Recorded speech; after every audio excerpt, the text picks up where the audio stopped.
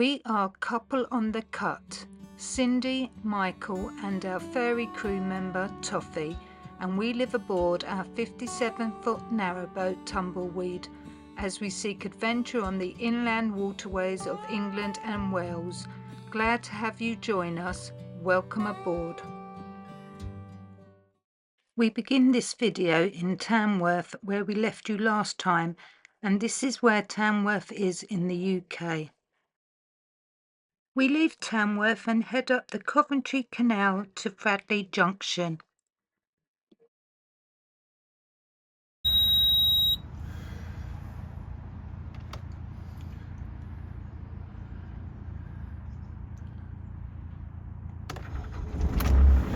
We left Tamworth at 8 AM and we are travelling to Street Hay Wharf to top up with diesel.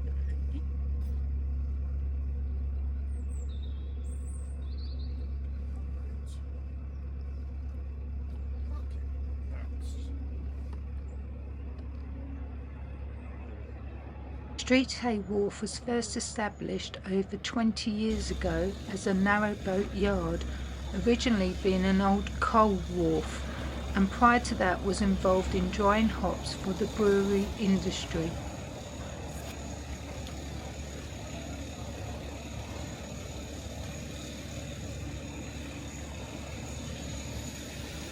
Street Hay Wharf offers a range of services to boaters, including showers and toilets, pump out and L-sand disposal, freshwater, diesel, coal and gas, a small on-site shop, chandlery and a secure car park, as well as engineering services. Hello again. Hello. We've just got our diesel from Street Hay Wharf. So now we're on the move to Fradley Junction, where we're probably going to moor up just before the locks, because we want to get to Rugeley, but we're not going to do that today, I don't think. It's a bit too far, isn't it? Yeah. So before we do the locks, we'll probably moor up and then start those tomorrow. As we said before, we did intend staying another day at Tamworth, but we got everything we needed to get yesterday, and walking around Tamworth, it was a bit familiar because we've moored there a couple of times before, so we thought we'd head off because forecast rain on Sunday. Yeah, a lot. A lot of rain, and then I think a couple of days after that, isn't it, or something? It's funny, isn't it, that we we don't want the rain, but we know we need it. So you're kind of like, we don't want rain, but yeah, it needs to happen. But I think we're okay now for water level wise. Now we're the other side of the Glasgow locks that were closed, weren't they? Yeah. And now open again. We had another comment from Wendy after our last video. Hello again, Wendy. Hi. Your channel on YouTube, what's it called again? Oh, Have Pension Will Travel? Have Pension Will Travel. We've subscribed to that because we're kind of interested to see your adventures, really, because we kind of had a little luck because we do hear a lot from you. And thank you for your comments and your questions. I think to answer one of them, Toffee, yes, she is settled and she's quite happy on the stern here. Do we have her on a leash? Yes, we do. When we moor up, if we're just about to moor up, we pop her on the lead, and also if we're going through locks, because Cindy gets off to do the locks, and it's just easier to have her tethered, obviously, and safer. She seems more settled off the lead when we're cruising. She doesn't like rain. She's got no interest in getting into the water, but she will just lie and be quite happy. If we put her in the boat, when we first got the boat, we put her in the boat, didn't we? Yeah. And she was frantic, shaking and just in a right mess. And we did actually wonder at the time whether we could sustain having a narrowboat because she just wasn't coping. And someone did say to us, you know, get her on the stern, she'll be fine. And she is. Yeah, and she settled really well. In fact, she was asleep this morning or dozing off. But to have her on at the lead or the leash, a lead on the stern, it's a bit of a trip hazard because she will want to have a little look around and she wanders, and then she tries to go down the steps because sometimes she goes in and has a lie on the bed, or her bed, or my chair, or the floor or whatever. And if she's on a lead, that that might cause a problem. So she tends to be free, and she comes and goes in and out of the boat. That's about the size of it, isn't it? Yeah, yeah.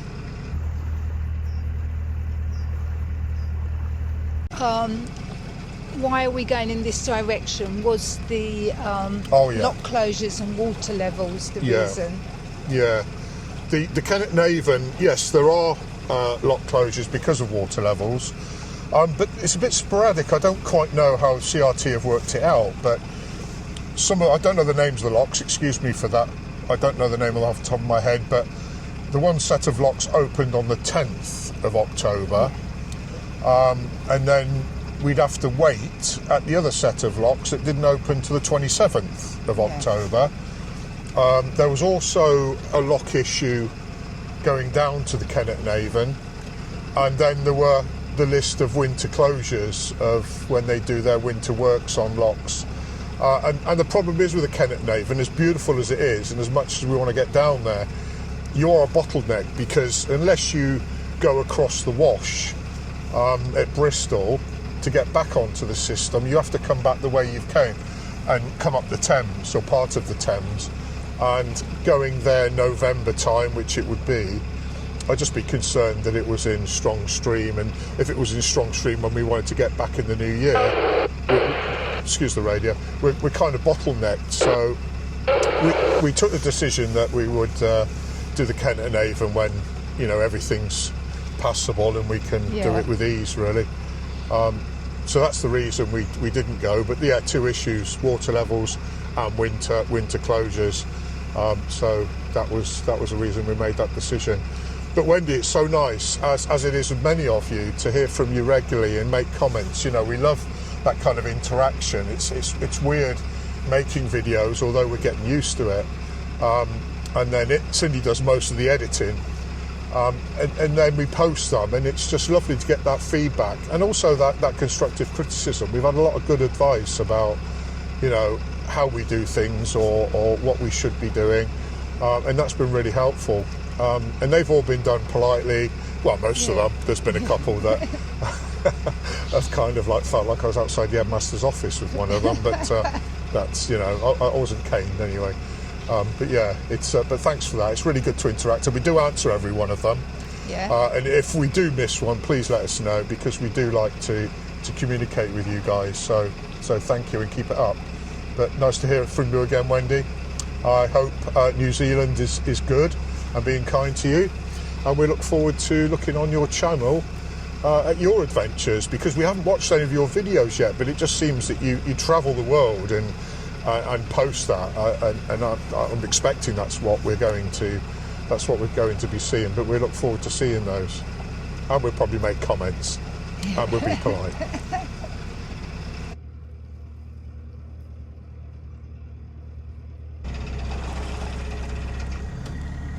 As you can see, Em's bristles are growing back after his little mishap. Oh, don't. Do you know what? It was early one morning, because I kind of get up between 4 and 6, really, depending on what time I've gone to bed. And I thought, do you know what? I haven't sided up my beard, so I'll go out on the towpath and give it a trim. So I took the clippers out there, and stupidly, I didn't check the grading setting on them. And I just went up the side of my beard and literally just took it all off. Well, like it was like a piece like that, wasn't it? Taken off my beard. Hello there.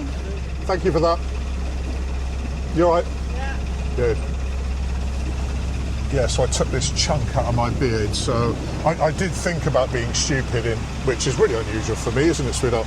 But being stupid in, like, kind of, you know, carving out a map or some sort of shape out of my beard and then wearing it like that for the day, but I didn't. I took it off. But yeah, it's coming back. But I do shave it off from time to time, because I don't look after it the way I should. I don't trim it every day. I don't kind of shave around the edges and keep it neat. So sometimes I get a bit fed up with it. And these people that have got like these massive beards and you can't see their mouth is... in fact, I did a drawing, a pencil drawing. I think we've got a photo of it. We'll pop it on as I'm talking about it. But it's the harbour master. I just wanted to practice drawing a white beard with graphite pencil, because you're not actually drawing the beard, you're drawing the shading around the whiskers, and it was just a bit of a challenge. But I'll post a photo of that, but that was fun. But I don't know how that guy wears his beard the way he does. That's bizarre, but hey, you know, it's not bizarre for those that do it, is it? It's like hair in your mouth.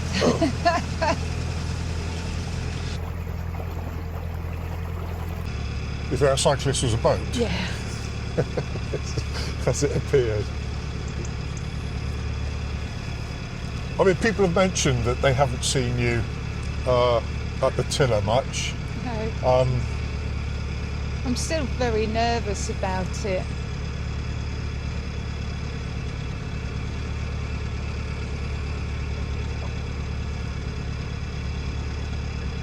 You're doing well. For now. Hi.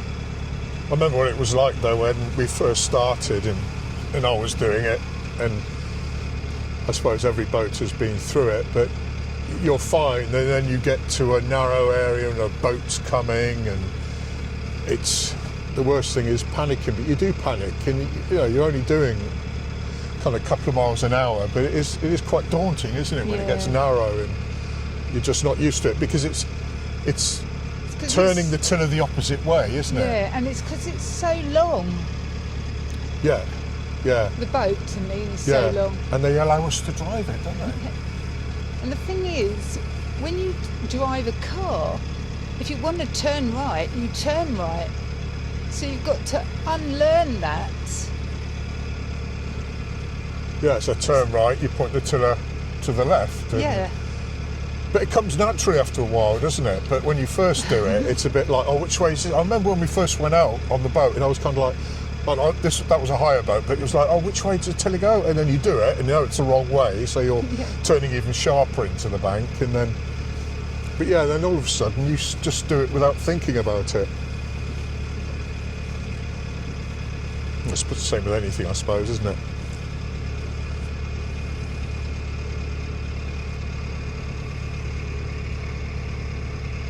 But it's lovely to be on the move again, and coming down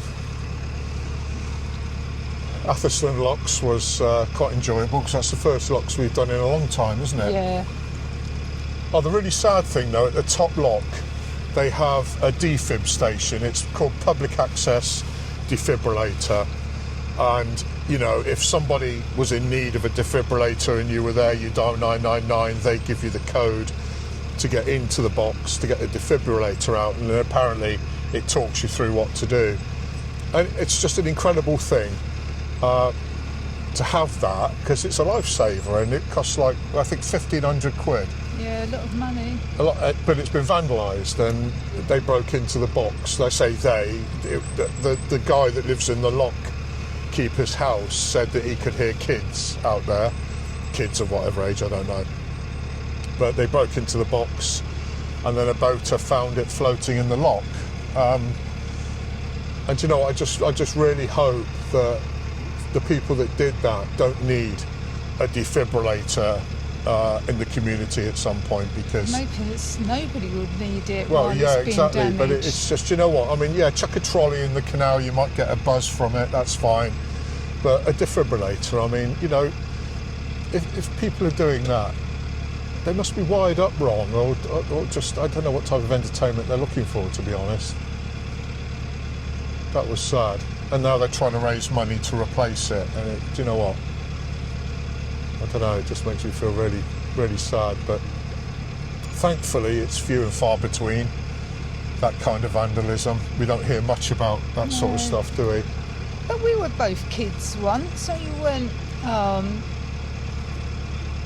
particularly innocent kids, but we never went and vandalised something like that. No. And it was just a look on my mum's face of disappointment if I ever had to do something, if I ever did something like that. Well, actually, not just a look of disappointment, but the back of my dad's hand, to be honest. If, you know, but back then you get clipped round the ear by the village bobby, because you had a village copper then, didn't you? he'd clip you around the ear. You go home and tell your dad, and he'd clip the other one for getting it done in the first place. So, but I guess that's changed now. Discipline's changed. You know, shouldn't smack children, that sort of thing. But I don't know. There's something to be said for discipline now, and I'm not quite sure what the answer is, to be honest. I just didn't want my mum to be sad over something I've done. Yeah.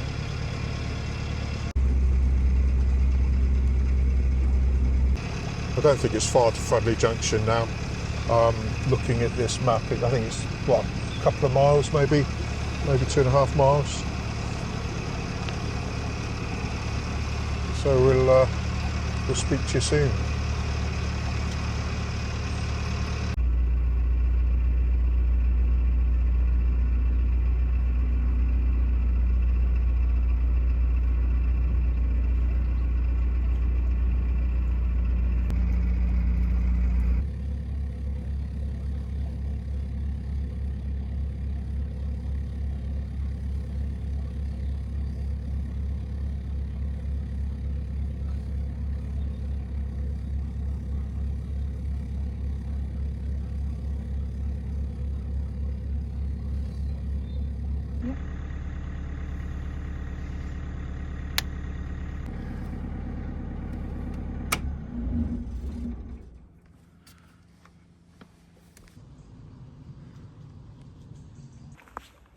Evening walk with Toffee.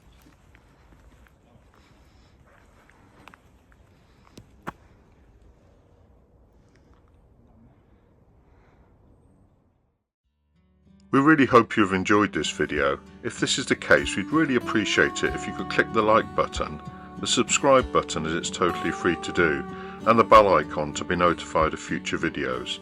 Oh, and not forgetting the new hype button. It would really help our channel. It's been an absolute pleasure to have you on board with us today. Thank you for watching, please take care, and we hope to see you next time. Bye bye for now.